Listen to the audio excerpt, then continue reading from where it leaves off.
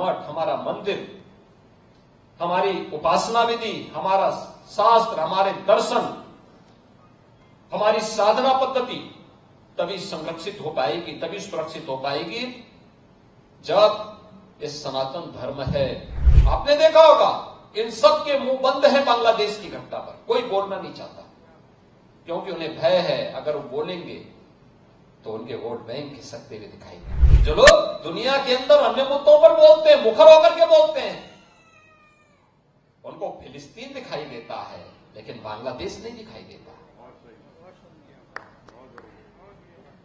उनको दुनिया के अंदर अन्य जगह दिखाई देती है लेकिन बांग्लादेश नहीं दिखाई दे रहा है क्योंकि हम मंदिर तोड़े जा रहे हैं और हिंदू मारा जा रहा है। यह देश रहना चाहिए, सनातन धर्म हर हाल में रहना चाहिए, हमारी विरासत का हर हाल में संरक्षण होना चाहिए। हमें वर्तमान की इन चुनौतियों को समझना पड़ेगा जो हम सबके सामने है, भारत के सामने है, सनातन धर्म के सामने। याद रखना, जो चुनौती सनातन धर्म के सामने है वही भारत की चुनौती है और जो भारत की चुनौती है वही सनातन धर्म की चुनौती है। दोनों एक दूसरे से अपने आप को अलग नहीं कर सकते, कोई एक दूसरे से अलग नहीं कर सकता। और मैं तो आज पूज्य संतों का आह्वान करूंगा, इस समय है उनको स्वयं आगे आकर के पूरे समाज को एकजुट करने के सावधान के साथ आगे बढ़ना पड़ेगा। याद करिए, अगर हमने तनिक भी भूल की, ये समाज फिर से बटा और जो साजिशें हो रही हैं अगर वे सफल हुई तो बांग्लादेश के अंदर जो कुछ हो रहा है, हिंदुओं पर जो यातनाएं ढाई जा रही हैं, आप देख रहे होंगे किस प्रकार के अत्याचार हो रहे हैं, मंदिर तोड़े जा रहे हैं। हमारा मठ, हमारा मंदिर, हमारी उपासना विधि, हमारा शास्त्र, हमारे दर्शन, हमारी साधना पद्धति तभी संरक्षित हो पाएगी, तभी सुरक्षित हो पाएगी जब ये सनातन धर्म है और ये देश सुरक्षित है और बृहद हिंदू समाज सुरक्षित है। हमें इसके लिए कार्य करना होगा, लगातार कार्य करना होगा, प्रयास करना होगा, एक एक को जोड़ना पड़ेगा, एक एक को अपने साथ जोड़ना पड़ेगा। भेदभाव के लिए कोई जगह नहीं होनी चाहिए। विभाजनकारी उन ताकतों को बेनकाब करना होगा जो केवल अपना उल्लू सीधा करने के लिए समाज को बांटना चाहती है, तमाम वादों के आधार पर बांटना चाहती है। उनके लिए राष्ट्र की कीमत पर राजनीति उनके लिए अभिष्ट हो गई, लेकिन हमारे लिए राष्ट्र सर्वप्रथम है। राष्ट्र की कीमत पर कोई राजनीति नहीं हो सकती। हमें चुनना होगा, पहले राष्ट्र को चुनेंगे, उसके लिए किसी भी प्रकार के बलिदान देने के लिए तैयार होंगे, लेकिन उसकी कीमत पर कोई राजनीति स्वीकार्य नहीं है।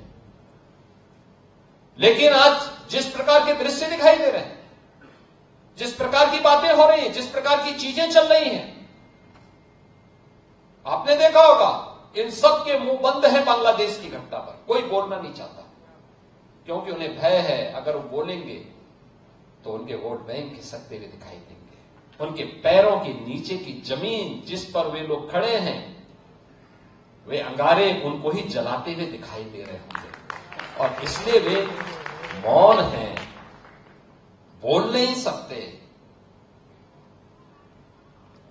जो लोग दुनिया के अंदर अन्य मुद्दों पर बोलते हैं, मुखर होकर के बोलते हैं, उनको फिलिस्तीन दिखाई देता है लेकिन बांग्लादेश नहीं दिखाई देता।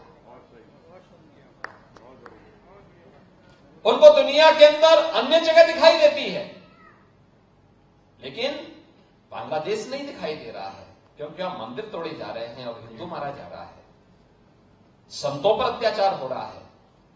और इसीलिए हम सबको वर्तमान की इन चुनौतियों को देखना पड़ेगा। याद करना, 1947 के पहले बांग्लादेश भी भारत का हिस्सा था। हमें ये नहीं भूलना चाहिए। और 1971 में बांग्लादेश को बचाने में हमारे सैनिकों ने भी बलिदान दिया था, हजारों सैनिकों ने बलिदान दिया था। पाकिस्तान को मुंह की खानी पड़ी थी।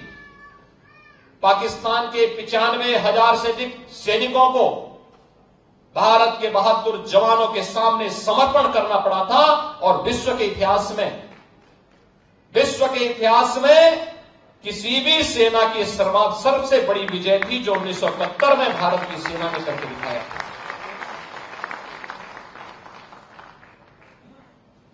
इसलिए हम सबको वर्तमान में अपने आप को उसके लिए तैयार करना होगा, देखना होगा। यह देश रहना चाहिए, सनातन धर्म हर हाल में रहना चाहिए, हमारी विरासत का हर हाल में संरक्षण होना चाहिए और उसी विरासत के संरक्षण की दिशा से ये विकास के कार्य उसके साथ जोड़े जा रहे हैं, उसको आगे बढ़ाने का काम हो रहा है।